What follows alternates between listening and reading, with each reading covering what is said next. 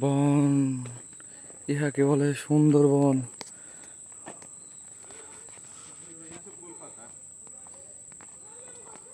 লাল কাঁকড়া, লাল কাঁকড়া না,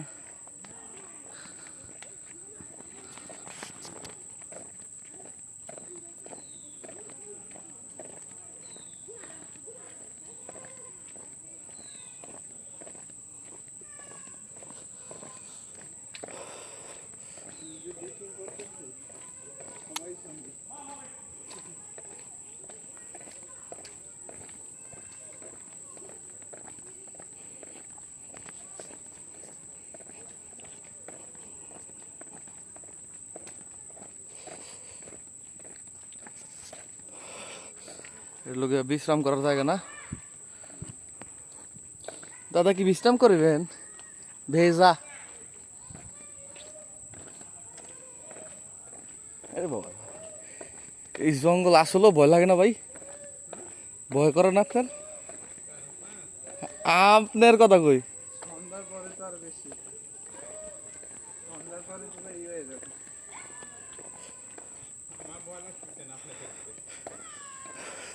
হ্যাঁ আমার ভয় লাগতেছে না, আপনার ভয় লাগতেছে না আমার দেখা?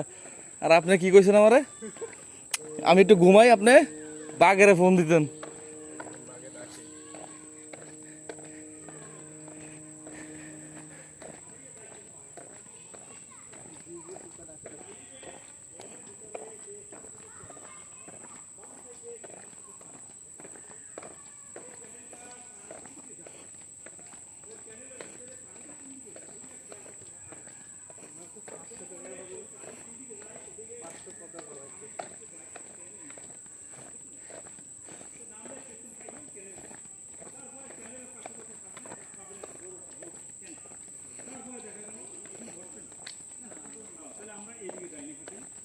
তারপরে দেখা গেল আপনি বল খাল পাইলেন, আপনার অমুক জায়গা থেকে অমুক জায়গায় এখন চলে আসে। কারণ আমরা এখন যদি গাছের উপরে উঠেন আর উঠে নিচের দিকে আবার থাকে, আপনার ডাইন কোন দিকে বাম এখানে আপাতত শেষ, এখন আমরা এইদিকে টার্ন করতেছি। এখানে তো বন কিছু ফাঁকা দেখা যায়, আর কিছু জায়গায় বন আছে আপনার হাঁটতে পারবেন না, পাও চলে। বুঝতে পারছেন? এই বনের গাছগুলো কিভাবে জার্মিনেশন হয় এটা দেখ। এখানে সুন্দর বনের ফুল ফল কতটা প্রকার। একটা আছে, এই দেখেন ফাঁকা হয়ে রয়েছে, দেখছেন এটার বলে বাইন ফল। এই যে গাছটার ফল, এই যে এই যে এই যে সবুজ ধরনের ফাটা ফাটা দেখা যায়, দেখেন তারপরে ওইটা হলো বাইন ফল।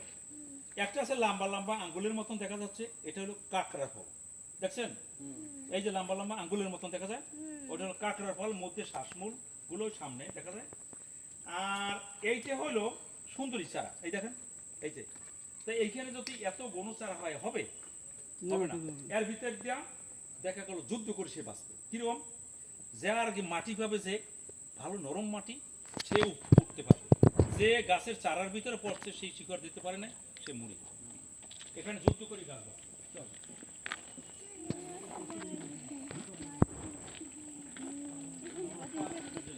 আপনারা এই যে আমি বলেছিলাম যে বাঘে যখনই মানুষ অ্যাক্সিডেন্ট করে তখন শ্বাসমূলগুলো অনেক সময় জামা কাপড় বাজে এবং ছিঁড়ে যায়।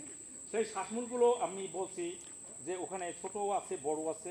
যেখানে মাটি নরম সেখানে গাছের গ্রোথগুলো বলো, আর যেখানে মাটি শক্ত সেখানে গাছের গ্রোথগুলো একটু চিকন থাকে এবং গাছগুলো বড় হয় কম। এখানে গাছের গ্রোথ ভালো, মাটিটা নরম, গাছের শ্বাসমূলগুলো দেখেন লম্বা এবং গাছের গায়ে স্বাস্থ্য প্রত্যেকটা গাছের দেখেন গাছের গ্রোথ কিরকম। যেখানে গাছের গ্রোথ ভালো না সেখানে মাটি শক্ত, বুঝতে পারছেন? যেখানে সার মাটি দিয়ে লাগাবেন গাছ বাড়িতে সেখানে গাছের গ্রোথ ভালো হবে।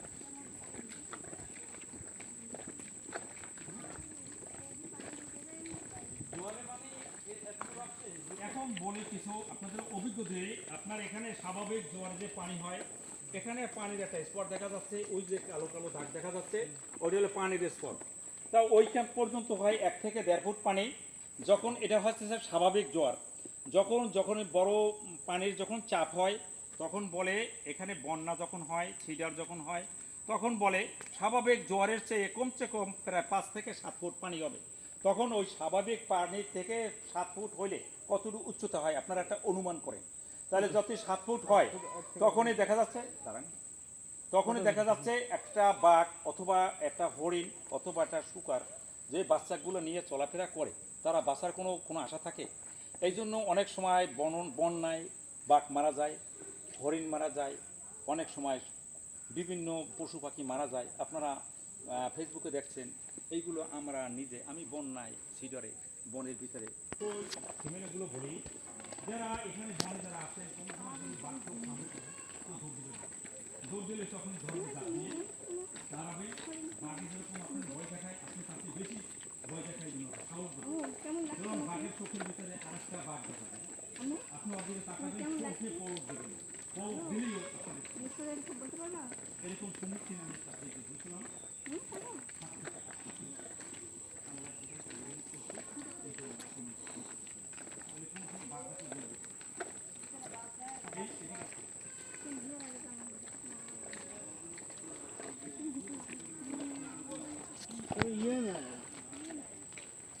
বানর